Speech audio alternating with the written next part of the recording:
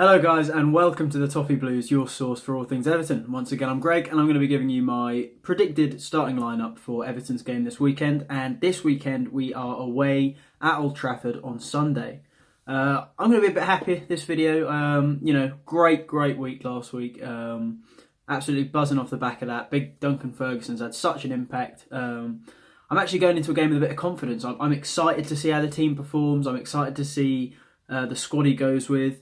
It's going to be a bit tough. I'm going to run you through in a second the sort of injury updates we got from Duncan Ferguson's press conference. But there's just so much more of a positive atmosphere, and obviously it's sad that Marco Silva's gone, but it's sort of lifted up the whole atmosphere around the club. So in terms of injuries, we know Walcott and Schneiderlin both have calf injuries. Walcott will be out for 3 weeks and Schneiderlin 2. Of the rest, Luca Dean has been in full training. But Yerry Mina, Seamus Coleman and Delph are in light training, which means I'm going to keep them out for this video just to be on the safe side.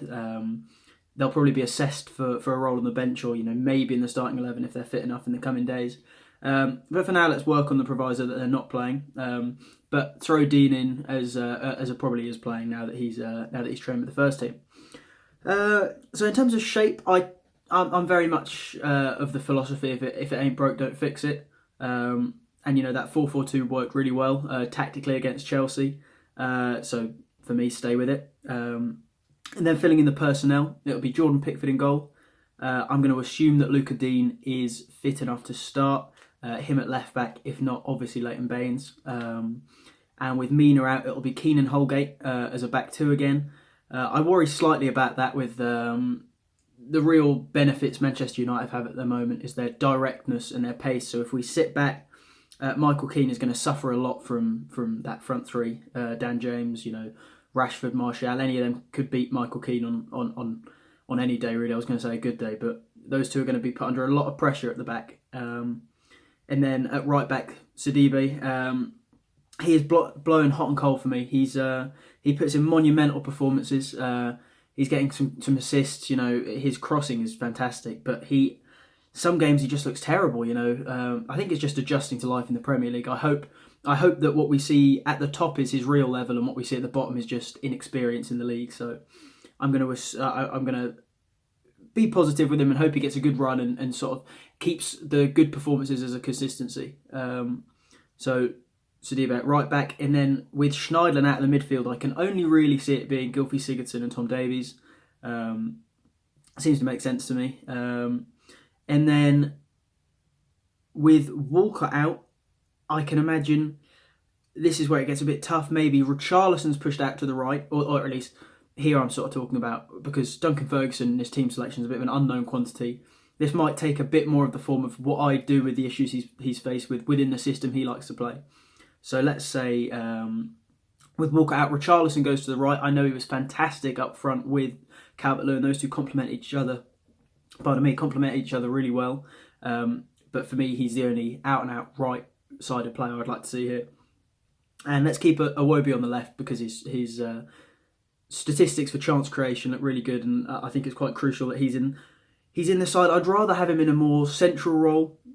I think a lot of Arsenal fans are friends, and they say he looks a lot better through the middle, or did when he was at Arsenal. And he looks a bit lost out wide, and I do see that. I do judge his game slightly more negatively when he's out wide than when he's through the middle. I think his chance creation's a lot better directly through the middle as opposed to sort of crossing balls or cutting in. But for me, he stays on the left over Bernard. Bernard comes in as a late substitution. What I would say is what I would like to see is Sigurdsson drop from the middle and Iwobi put through the middle. And Bernard played out left, but I can't see that myself. I think Duncan Ferguson will go with Sigurdsson through the middle and keep Iwobi out left because of, if it ain't broke, don't fix it. And with Richarlison going out onto the right, that leaves Calvert-Lewin partnerless, and I hope and pray that Moise Kean will join him up there, and we will see Moise Kean and Dominic Calvert-Lewin as a front two together. And finally maybe get 90, 70 minutes under his belt, Moise Kean, in a time where the team's got some confidence. It could be really good for him.